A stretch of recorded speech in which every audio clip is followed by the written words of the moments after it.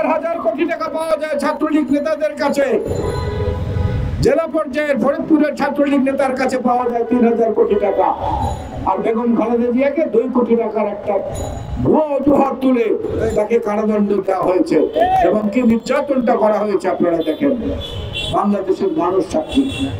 আজকে বেগম খালেদা জিয়া অত্যন্ত সংকটাপন্ন অবস্থায় রয়েছে, তার সুচিকিৎসার দরকার।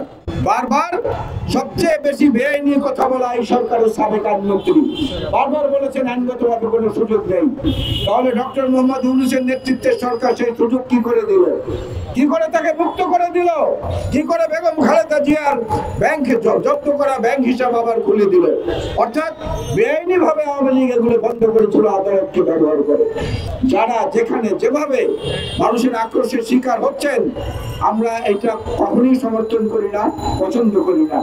কিন্তু একটা জিনিস না বললেই নয়, রাজনৈতিক আক্রমণ আর ধর্ম বা সাম্প্রদায়িক আক্রমণ কিন্তু এক জিনিস না।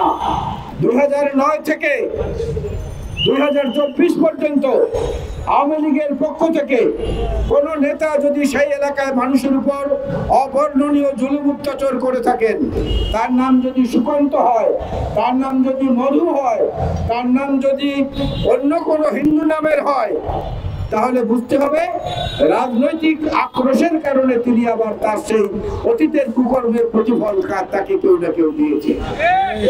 এইটাকে সাম্প্রদায়িক রং দেওয়ার যারা চেষ্টা করছেন, তারা পার্শ্ববর্তী দেশের দালাল, তারা বাংলাদেশের বিরোধিতাকারী। বাংলাদেশে হাজার বছরে হিন্দু, মুসলিম, বৌদ্ধ, খ্রিস্টান, গারো, চাকমা, মরমা যারা যেখানে আছেন সমতলে এবং পাহাড়ে সমস্ত মানুষকে মিলেমিশে বসবাস করে। সাম্প্রদায়িক ঐতিহ্য কাকে বলে বাংলাদেশের মানুষকে কেউ শেখাতে আসবেন না।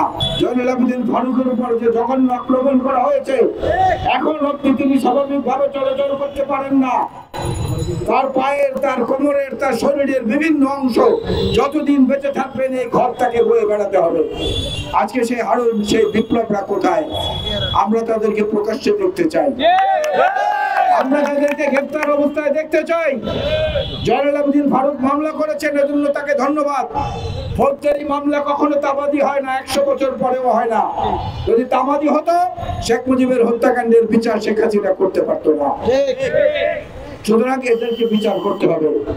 সবার আগে বিচার করতে হবে প্রধান বিচারপতি খায়রুল হকের। আজকের এই রক্তক্ষয়ী সংঘাত, আজকের বাংলাদেশের এই যে অধঃপতন, বাংলাদেশের এই যে আর্থিক ক্ষতি, এই যে হাজার হাজার লক্ষ লক্ষ কোটি টাকা পাচার, জনগণের রক্ত ঘামে আয় করা টাকা দিয়ে তাদের হক নষ্ট করে যে বিদেশে টাকা পাচার হয়েছে, এইটার মূল দায়িত্বটা হচ্ছে বিচারপতি খায়রুল হকের।